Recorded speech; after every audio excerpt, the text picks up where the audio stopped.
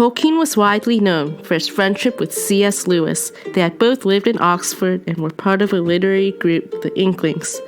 Tolkien had met Lewis in 1925, though at the time, Lewis was a man in question, a Northern Irishman of Protestant family who had been raised to disrupt papists. What was more, he was an atheist, having abandoned his childhood Christianity around the same age that Tolkien had embraced his own faith.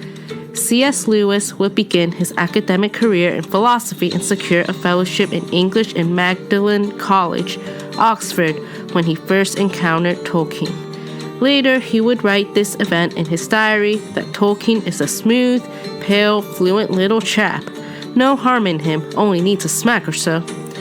At the time of meeting, Tolkien was still at a low point in his religious life, though despite Lewis being atheist at first meeting, he helped Tolkien improve spiritually through their lively disagreements, leading Tolkien to think critically about why he held this particular faith. Had Tolkien not met C.S. Lewis, Lord of the Rings probably wouldn't have been published, as he put it years later, but for his interest and unceasing eagerness for more, I should never have brought the Lord of the Rings to a conclusion. Tolkien, along with Hugo Dyson, would talk one September night convincing Lewis that Christianity is a true myth. Soon after, he would start the Lay of Lathian, which would not be finished. However, the exchange of this work with the poem Lewis wrote strengthened their friendship. The three of them would take a stroll around Addison's Walk discussing myth, metaphor, and later Christianity. A week later, Lewis started to believe in not only God but the Christian faith, crediting Dyson and Tolkien, though he still had some issues, one of them being that his approach to Christianity was more allegorical than mythical, and his friends would convince him to approach it from a mythical perspective. Lewis would start to believe the ways of his friends, that Christianity is a true myth. Tolkien and Dyson had helped him see that Christianity was a series of events that shone by its own light.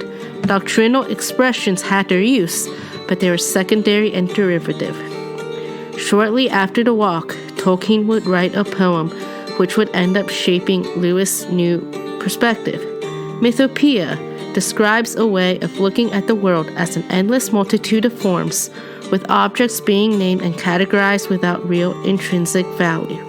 However, Tolkien would say that it is cold and regimented since one can't really see the stars without seeing them as living silver.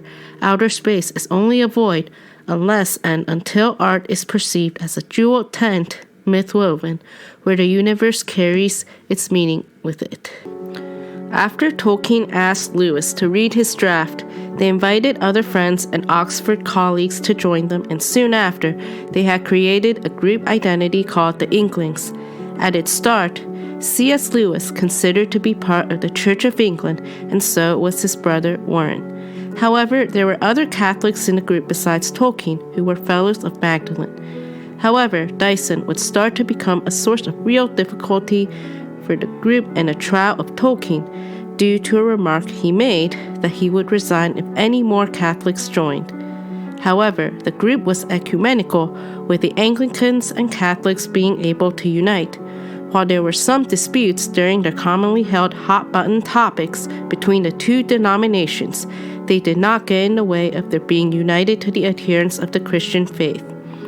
Tolkien tended to be a quieter participant, with Havard recalling his contributions to be brief but witty and to the point so far as they could be heard. However, he would not be unsettled by the wide range of views from the fellow Inklings, having had many discussions with other members, though he would one day find himself having to bind up some wounds. I regret causing pain, even if, and insofar as I had the right, and I am very sorry indeed still for having caused it quite excessively and unnecessarily. However, Lewis and his brother Warren would continue to have issues with Catholicism, which would sometimes affect Tolkien, but they would shrug it off as a sort of insensitivity. Meanwhile, Dyson would start to become increasingly anti-Catholic, resulting in issues which showed in ways more than the occasional insensitivity.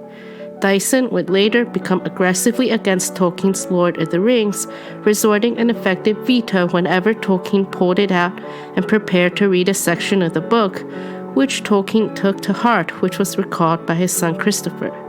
C.S. Lewis tried to intervene, but it was no use, and Dyson would continue with his effective vetoes, starting with Tolkien and later with other Catholic members of the Inklings.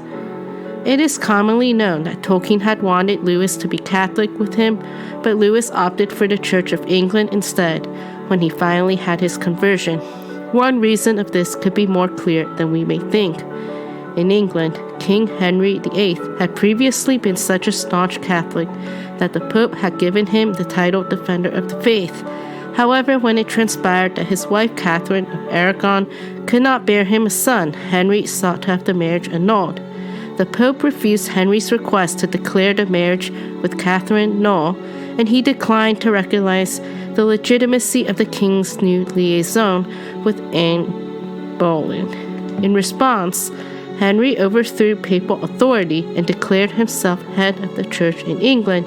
Henry's Lord Chancellor, Sir Thomas More, refused to endorse this sudden change and was executed by beheading. Royal supremacy as opposed to papal supremacy became the law of the land. Catholic monasteries were abolished, with their wealth and property confiscated by Henry and distributed to the followers. However, ultimately Tolkien was clear that Lewis was a Christian, as God cannot be limited and may use any channel for his grace, even to love our Lord, and certainly to call him Lord and God is a grace and may bring more grace.